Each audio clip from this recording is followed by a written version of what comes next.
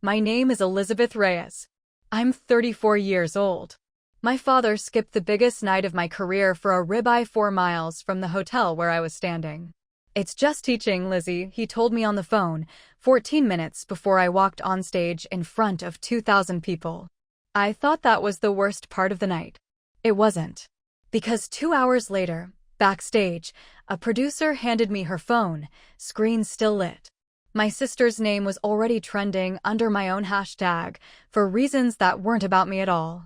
But none of them knew about the letter sitting in my grandmother's dresser drawer, the one that had my name written on it 6 years before anyone else's did. One of them would eventually write me a letter too. It would take him 6 months to find the words. Welcome to my channel, where we tell stories about the families that raised us and the ones we choose instead. If you've ever needed someone to finally see you, stay till the end, and if it means something, tell me where you're watching from tonight. Let me back up. Because none of it makes sense unless you understand what a Tuesday dinner in my parents' house looked like when I was 9. There was a rhythm to it.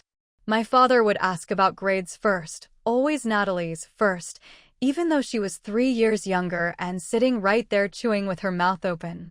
Then he'd turn to me, almost as an afterthought, and ask if I'd kept up. Not what I'd learned. Whether I'd kept up. Like I was a burden being carried at an acceptable pace. My mother never contradicted him. She refilled water glasses and agreed with whichever version of the evening he was telling. I want to be fair to them, because fairness matters to me, even now. It wasn't cruelty, not at first. It was math. My father grew up with nothing, a 2-bedroom apartment in Toledo, a mother who cleaned offices at night, a father who left when he was 7. He built a landscaping business into a chain of them. He believed, with his whole chest, that money was proof of a life well lived. Natalie went to law school. She billed $400 an hour by the time she was 29. In my father's arithmetic, that made her worth more conversation. I chose 7th grade English. I chose a salary that started at $31,000 a year and, after 11 years in the classroom, had crawled up to $48,500. I chose kids who called me Ms. Reyes and meant it like a compliment. My father never once asked what I taught them. Here's what I need you to understand about that house before you understand what happened in Washington. It looked like love from the outside. We had family photos on the wall. We had a Christmas card every year, matching sweaters, my mother's careful cursive on the back. Neighbors called us close. And in some way, underneath everything, I think my father drove 4 hours once to bring me soup when I had the flu in college. My mother kept every essay I'd ever written, folded in a shoebox in the hall closet. That's the part that made the rest of it so hard to name. If it had been simple cruelty, I could have walked away years earlier. It wasn't simple. It never is. I found out I was a finalist for the National Teacher of the Year award on a Thursday in February, standing in the copy room at Lincoln Middle School with a jammed printer and a paper cut on my thumb. Dr. Michael Foster, the district superintendent, came in himself to tell me, which should have told me something about how big this was, except I didn't fully understand it yet either. For finalists, he said. In the country. I called my mother first. Old habit. She said, "Oh, that's nice, honey," in the same tone she used when I told her I'd repainted my bathroom. I heard the television behind her, Natalie's voice, something about a merger. I understood, even then, that I was competing with a phone call I hadn't placed. I called Grandma Martha, I'm sorry. Grandma Rosalind. I always want to say her name wrong because for years she was the only one who said mine right. Rosalind Baker raised 4 children alone after my grandfather died, ran an elementary school for 29 years, and every single teacher she'd ever personally nominated for anything had gone on to win it. 5 for 5. When I told her, she went quiet on the phone for so long I thought the call had dropped. "Elizabeth," she finally said. "I need you to sit down for this." I didn't know yet what she meant. I filed it away as one of her dramatic flourishes and didn't think about it again for months. I should have. That's on me. The ceremony was set for a Friday night in Washington, D.C., black tie, at a hotel 2 blocks from the Department of Education. I mailed the invitation to my parents myself in an actual envelope because some part of me, the part I'm least proud of in this whole story, still believed that if I made it formal enough, official enough, undeniable enough, it would finally register as real to them. My father called 2 days later. Not to say he was coming. To ask what the honorarium was. There isn't one, I told him. It's not that kind of award. Silence. Then, so it's an appreciation thing. Like a plaque. It's the highest honor in my profession, Dad. Sure. It's just teaching, Lizzie. I'm not saying it's nothing. I'm saying I've got the Hendersons' bid due Monday, and I can't be flying to DC for a plaque ceremony. I didn't argue. That's my pattern. I want you to notice it now, because it's going to matter later. I have spent my whole life being handed a wound and thanking the person for their honesty. I said something like, "That's okay, I understand," and I did understand. I understood it better than he knew. Natalie called that same week, which almost never happened outside of holidays. For one bright, stupid minute, I thought she was calling to say she'd booked a flight. "I can't do DC that weekend," she said instead. "Ethan and I already have the Whitfield dinner. It's their anniversary. I can't just cancel on partners. It's the same night as my ceremony, Nat." "I know. I'm sorry. Next time, though, invite us earlier next time." There would be no next time. This was the only National Teacher of the Year ceremony I would ever be a finalist for in my life, and she said it like I'd simply mismanaged my calendar. My mother, at least, didn't lie to me outright. She said she'd talk to my father, see if they could work something out. 2 weeks later, work something out apparently meant nothing changed, except that she mentioned, almost as a side note, how proud she was of Natalie for prioritizing her career relationships. I didn't ask which career relationships she meant. I already knew. So I flew to Washington alone. I checked into a hotel room built for two and hung my one good dress in a closet that echoed. I called Rosalind that night, and she said something I didn't fully understand until much later. "Where the blue?" And Elizabeth, whatever happens Friday, you remember that I have never, not once, nominated someone I didn't already know would win. I laughed it off. I told her she was getting ahead of herself. I didn't know it yet, but somewhere in a drawer in her house sat a folder 6 years thick, and everything in it had my name on it. The finalist weekend started with a welcome reception on Thursday night, string lights, a hotel ballroom, name tags with little gold stars next to the word finalist. I stood near the shrimp table doing math in my head, the kind I always did at things like this. How many of my father's approval points a moment like this would earn me, if he were there to award them? It was an old habit. I hated that I still did it. A woman in a green dress introduced herself as Anita Desai, a finalist from Arizona who taught high school chemistry. We ended up talking for 40 minutes about the kids who make you believe in the whole enterprise again just when you're ready to quit. It was the first conversation I'd had in months that didn't feel like an audition. "Your people coming tomorrow?" she asked, near the end. "No," I said. "Just that." "No." She didn't push. But something in her face shifted, not pity exactly. Recognition. Like she'd met this particular silence before. I called home that night out of habit more than hope. My father answered with the television loud behind him. "How's the plaque thing?" he said. Not a question. A label he'd already decided to use. "It's tomorrow." Actually, tomorrow's the reception. The ceremony's Friday. Right. A pause, the kind where I could hear him deciding whether to keep talking. "Your mother wants to know if there's parking validation, in case we change our minds." I said there was. I knew, even as I said it, that it was a door he had no intention of walking through. But I left it open anyway. That's the pattern again, leaving the door open for people who've shown you, repeatedly, that they don't want in. Friday morning, I did a run-through with the other finalists, Daniel Cruz, a special ed teacher from a school outside Sacramento, and David Adebayo, who taught shop class in rural Georgia and had built half his classroom's equipment himself. We stood on the actual stage where it would happen that night, under lights that made everything look more real and less real at the same time. A staffer from the Department of Education walked us through the order of events, remarks from the secretary, video packages for each finalist, the announcement. "You'll notice we kept the video packages short," she said. 90 seconds each. We wanted the families in the room to be the real story tonight. I smiled and didn't correct her.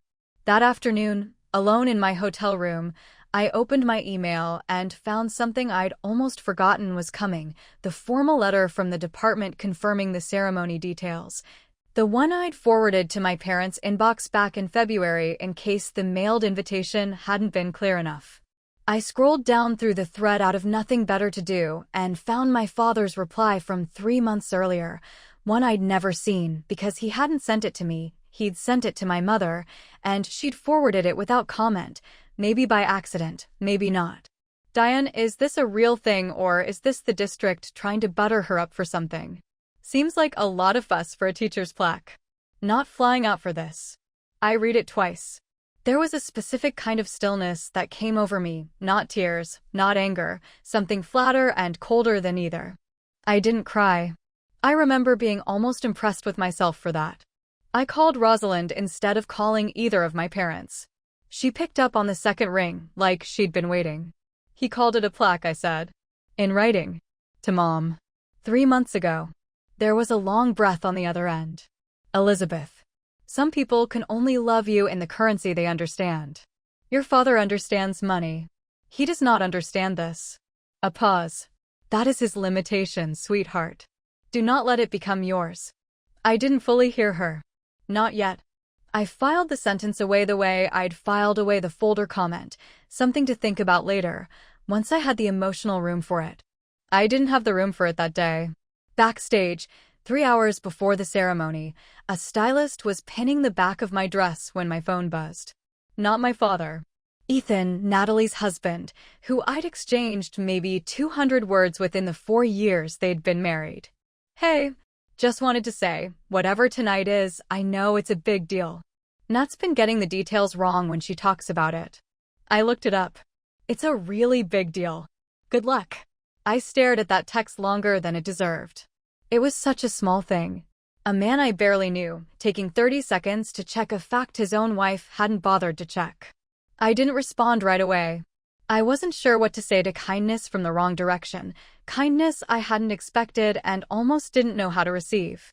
The green room filled up slowly with families. Anita's parents, both in their 70s, wearing matching corsages her mother had clearly made herself. Daniel's husband, adjusting his tie in a mirror, nervous in the specific way people are nervous for someone they love.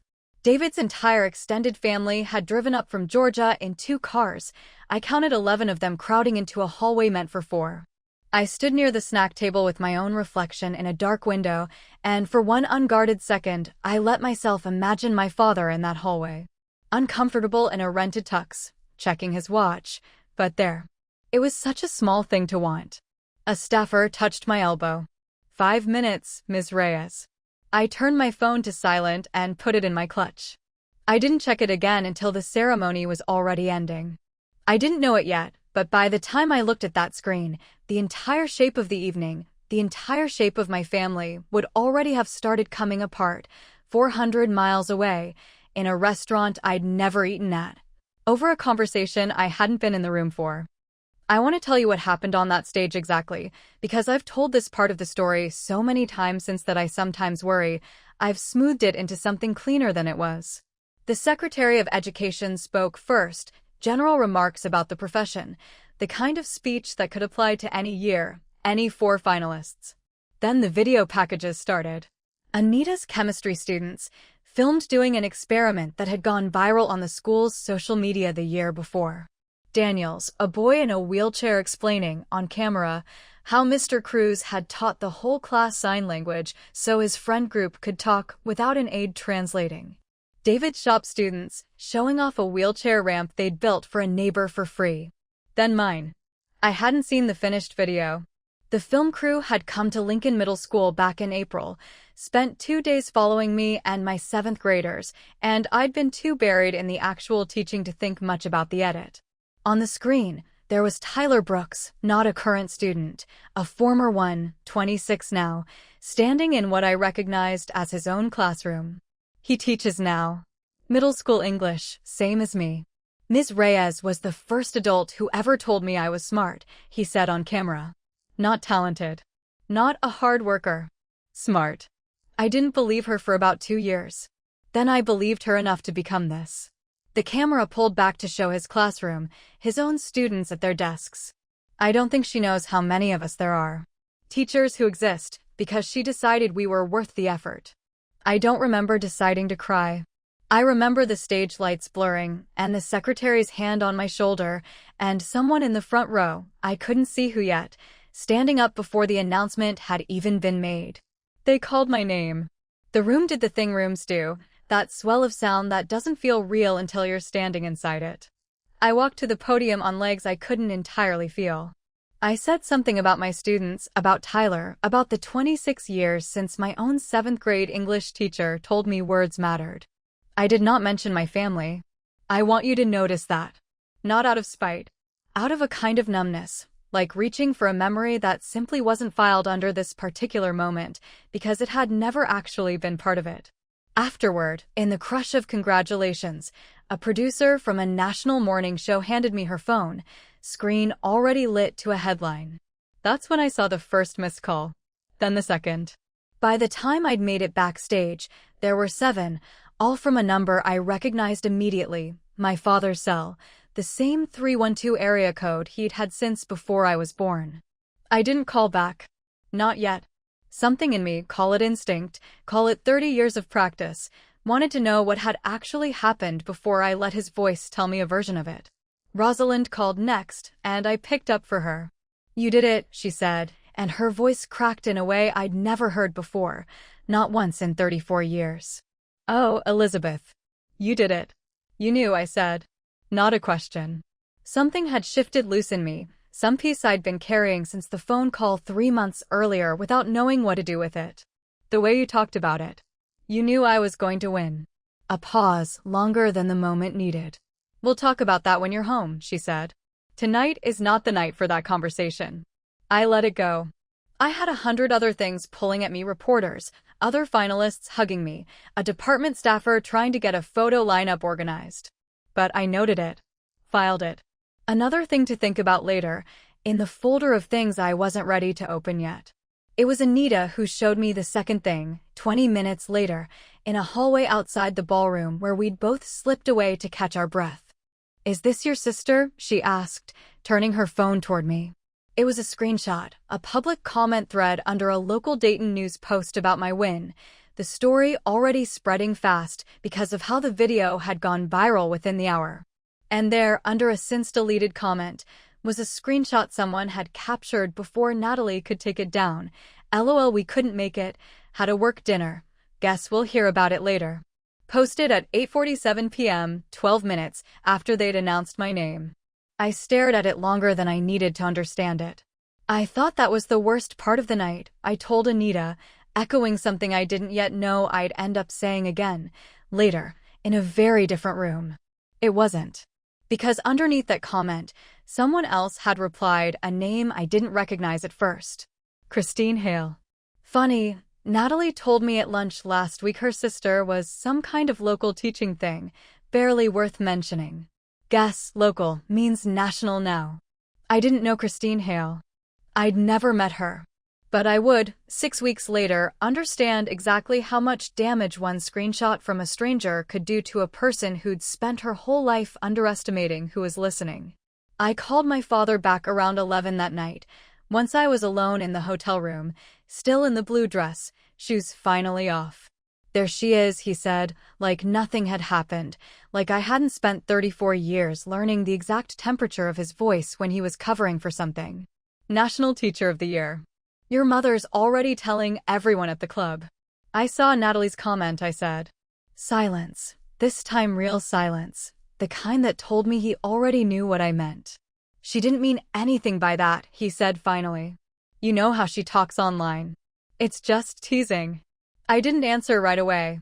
Somewhere behind him I could hear my mother's voice, asking who he was talking to, and him covering the phone to answer her. I sat with the sound of my own family functioning without me in the room, the way it always had, and understood, not for the first time, but for the first time with this much clarity, that I had been waiting my whole life for an invitation that was never going to come from where I kept looking for it. I didn't know it yet, but the letter waiting for me in Rosalind's dresser drawer explained more than just her pride. It explained a decision she'd made 6 years before any of us knew this night was coming, and it would change how I understood every single thing that happened next. I flew home Sunday. My father picked me up from the airport, his idea, offered over text as though it might undo 3 days of silence with one gesture. I let him. That's the flaw in me, the one I need you to see clearly by now. I forgive fast, and I call it strength. It isn't. It's fear wearing strength's clothes. In the car, he talked about the Henderson's landscaping vid, about a Bengals game, about anything except Friday night. 20 minutes from home, he finally said so. National Teacher of the Year. That's a real thing then. It's a real thing, Dad. They put you on the news? They put me on 3 of them. He nodded slowly, eyes on the road, and I watched his jaw work like he was chewing on something he didn't have the vocabulary for. My father is not a stupid man. He is, I've come to understand, a man who spent his whole life building a system for measuring worth, and that system had just failed a test in front of the entire country, and some small, buried part of him already knew it. He dropped me at my apartment without coming up. That was fine. I didn't ask him to. I went to see Rosalind the next afternoon. She met me at her door in the cardigan she always wore in September, the one with the missing button at the collar, and pulled me inside without a word. On her kitchen table sat a manila folder, worn soft at the corners, the kind that had clearly been opened and closed many times over many years. Sit, she said. Inside were newspaper clippings, my name, from a district award I'd won 8 years ago that I'd almost forgotten about. A copy of a recommendation letter, dated 6 years back, in her own handwriting, addressed to a state selection committee. My name at the top. I nominated you the first time when you were 28, she said. You'd have been a finalist then too, probably. Maybe one. I felt something cold move through my chest. You never told me. I withdrew it, she said. Before it went anywhere. You weren't ready, Elizabeth. Not for the award. For what comes after it, the attention, the way people start watching what you do, the way it invites exactly the kind of scrutiny your family gives you when they finally have to look at you. I watched you fold under smaller pressures than that for years. I wasn't going to hand you a spotlight your confidence couldn't hold yet. So you waited. I watched you build it instead. Every year, a little more. I nominated 5 other teachers in those 6 years, sweetheart. All 5 won. I know exactly what a winning nomination looks like, and I knew years ago you'd become one. I was waiting for you to know it too. Her eyes were wet, but her voice never shook. I nominated you again 8 months ago. I didn't tell you because I didn't want you carrying the weight of my certainty on top of your own doubt. I sat with that for a long time. Part of me wanted to be angry. 6 years is a long time to withhold something that mattered so much. But a bigger part of me understood, with a clarity that surprised me, that this was the opposite of everything my parents had ever done. My father withheld approval to keep me small. Rosalind had withheld a nomination to let me grow into something that could survive it. I didn't tell anyone about that folder. Not then. I put it back exactly where she'd pulled it from, in the bottom drawer of her roll-top desk, and I carried what I'd learned like a stone in my pocket, something private, something that was mine before it was anyone else's business. The following week, the story kept growing in ways I hadn't expected. Local news did a follow-up piece. My school got calls from 3 other districts asking about my curriculum. And then, on a Wednesday, Christine Hale, the woman from the comment thread, someone I'd never met, posted something longer. A full account of a lunch she'd had with Natalie 2 weeks before the ceremony, where Natalie had allegedly described me, verbatim, as the family's participation trophy, and joked that our father only mentioned me when someone asked if he had other kids. I found out about the post the way I found out about most things involving my family lately, from someone else, a colleague who texted me a screenshot with a single question mark. I didn't respond to it publicly. I didn't call Natalie either, not that day. Instead, I drove to Lincoln Middle School, let myself into my empty classroom on a Saturday, and sat at my desk for an hour doing nothing but looking at the bulletin board where I'd pinned, years ago, a card from a parent who'd written, "You are the reason my daughter still likes school." I have never once needed my father to validate that card. I understood, sitting there, that I never had. That's the piece I want to name clearly, because it's the piece that took me the longest to learn. The approval I'd spent 34 years chasing had never actually been withheld because I wasn't enough. It had been withheld because withholding it was the only language my father had ever learned for control. Somewhere in that classroom, alone, I stopped waiting for him to learn a different one. I didn't confront anyone that week.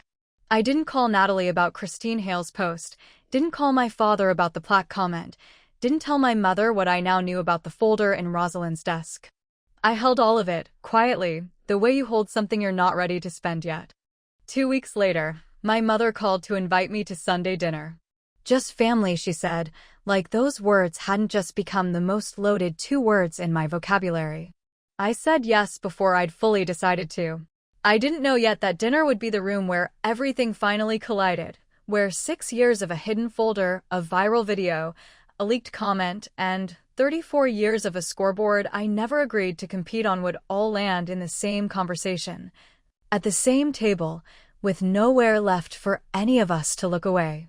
Sunday dinner was at my parents' house, the same table I'd eaten 1,000 meals at, the same chandelier my mother had never once replaced even though a bulb had been out for 3 years.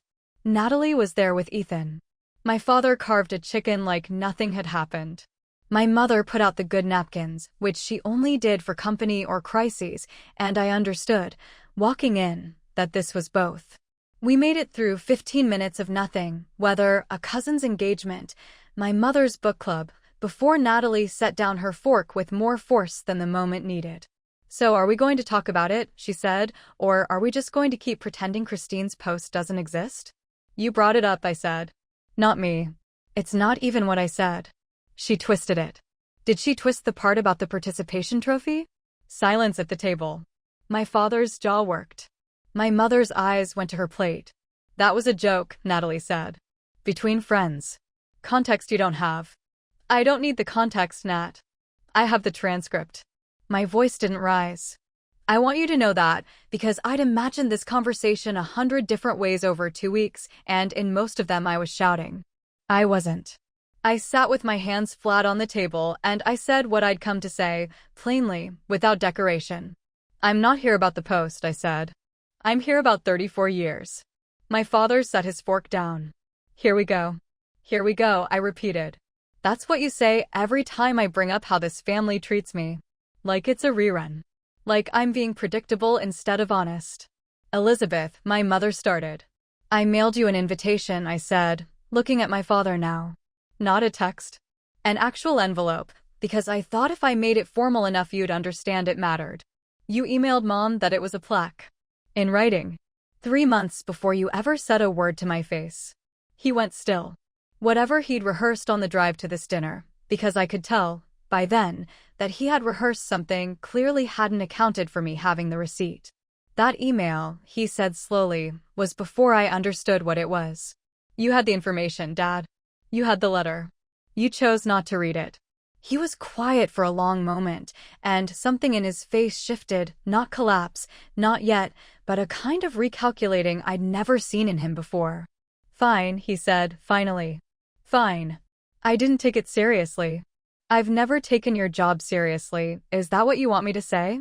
I don't know how to be proud of a paycheck that size. That's on me. I own that. He stopped there. He didn't go further. It was true, and it was also exactly half the truth, and I understood, sitting there, that this was as far as he was going to go tonight. He'd give me this smaller admission to keep from giving me the larger one. It's not about the paycheck, I said. It never was. It's that you found out I was one of 4 people in the entire country, and your first question was about an honorarium. Natalie made a small sound, not quite a laugh, something sharper. God, can we not turn this into a whole thing? You won. You got your moment. What more do you want from us? I want you to understand that it wasn't a moment, I said, and here, I'll admit, something in my voice did change, not louder, just harder. It was 32 years of you two getting the good chair at every dinner table this family ever sat. It was every graduation Dad missed for a client and every birthday Mom forgot because Natalie had a bar exam study session. I'm not angry about one ceremony. I'm telling you, the ceremony was just the night the pattern finally became visible to people who weren't in this family. Ethan, who had said almost nothing the entire meal, set down his glass. For what it's worth, he said quietly, into the space no one else was filling, I looked up what that award actually means before the ceremony. It's not a plaque. It's one of 4 people in the whole country. I don't think anybody at this table understood that until CNN told them. Natalie shot him a look. He didn't take it back. My mother started crying then, quietly, into her napkin, the way she'd cried at every family conflict my whole life, a sound designed to end the conversation rather than continue it. I didn't know it would hurt you this much, she said. I really didn't understand. You didn't ask, I said, gently, because some part of me still couldn't bring myself to be sharp with her. That's the whole problem, Mom. Nobody in this family has ever asked me a follow-up question in my life. Nobody said anything for a long moment. The chandelier's dead bulb sat dark above us. I looked at my father, who was staring at his plate now, not defending himself, not attacking, just sitting in something I'd genuinely never seen on his face before, not quite shame, but close to its neighborhood. I'm not here to end this, I said, standing. I'm here to tell you it doesn't get to keep happening the way it's always happened. I'll come to dinner. I'll answer the phone. But I'm done being the daughter who has to win something on national television for anyone in this house to ask what I actually do for a living. I didn't slam the door on my way out. I didn't need to. The quiet I left behind me said everything I would have said louder, back when I still believed volume was the only way to be heard in that house. I didn't hear from my father for 11 days after that dinner. My mother called twice. I let both go to voicemail, not out of anger, but because I finally understood I didn't owe anyone immediate access to me just because we shared a last name. Natalie sent a text 9 days in, 3 sentences, something about being sorry if she'd made things harder, phrased so carefully it barely qualified as an apology at all. I read it twice and didn't respond. Some doors don't need slamming. They just stop being doors you walk through as often. The bigger changes happened outside that house entirely. Christine Hale's post had done real damage by then. The nonprofit board Natalie sat on quietly removed her from a spring gala committee, citing optics, and 2 of her firm's partners had apparently asked pointed questions about the comment thread that a client had forwarded around. She never mentioned any of it to me directly. I heard about it the way I heard most things now, secondhand, filtered, no longer mine to manage. My father's landscaping buddies had seen the CNN clip too, it turned out, at the same barbershop he'd gone to for 20 years. One of them asked him, in front of the whole shop, why he hadn't been in Washington for it. He didn't have an answer that satisfied the room. I only know this because Rosalind heard it from a friend and told me, gently, like she wasn't sure I'd want the detail. I did. 6 months later, a letter came in the mail, an actual envelope, which felt like its own kind of message, given everything. My father's handwriting, cramped and slanted the way it had always been on birthday cards I'd once measured for warmth. Elizabeth, I've started this 3 times and thrown it out twice. I'm not good at this part. I read that letter from the department, the real one, this time all the way through. I understand now what I turned down. I don't think I understood you, not the way I should have, not for a long time. I'm not asking you to forget any of it. I'm asking if there's room, eventually, for me to try being a different kind of father than the one you've had. Dad. I didn't answer that day. I let it sit on my kitchen counter for a week, propped against the sugar jar, and I looked at it every morning while I made coffee. I wasn't punishing him. I was finally, for the first time in 34 years, taking the time I needed instead of the time his comfort required. I called him on a Sunday 2 weeks later. Not dinner. A phone call, 20 minutes, careful on both sides. We didn't resolve everything. I don't think families like mine ever fully do. But he asked, unprompted, what I was teaching my classes that week, a small thing, an ordinary thing, the kind of question I'd waited 3 decades to hear him ask without me first performing something enormous to earn it.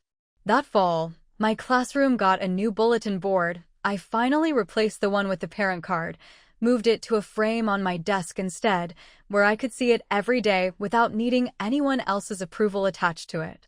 Tyler Brooks stopped by one afternoon, between his own classes, just to say hi. We didn't talk about the video. We didn't need to. I still see my parents. Sundays sometimes, not every week. My mother has started asking real questions, not many, but real ones, and I've learned to notice the effort even when it's small. My father still measures things in ways I don't always recognize as love, but he has started, slowly, learning a second language for it. I don't know if he'll ever be fluent. I've stopped needing him to be, in order to feel like my life is whole. The last time I saw Rosalind, she was sitting in her kitchen with that same manila folder open on the table, a sixth clipping added to it now, my photo from the ceremony, cut carefully from the local paper. "Just teaching," she said, tapping the photo, and for the first time the phrase didn't land like a wound. It landed like something reclaimed. She'd heard my father say it enough times over the years to know exactly what she was doing, using it now, in this kitchen, meaning something entirely different by it than he ever had. I picked the photo up and looked at it for a long moment before setting it back down exactly where she'd placed it. I still wonder, sometimes, whether my father truly understands what he almost let slip past him that night, or whether he simply learned to perform the understanding well enough that the difference no longer matters to either of us. I don't know if I'll ever get a clean answer to that. I've made peace with not needing one. That's my story. A mailed invitation nobody opened. A folder that waited 6 years in a drawer. A phrase that took 34 years to stop hurting. Thank you for staying with me through all of it. If any part of this found you, a family that measures love in the wrong currency, an apology that arrived late but arrived anyway, tell me about it in the comments. I read every one. See you in the next story.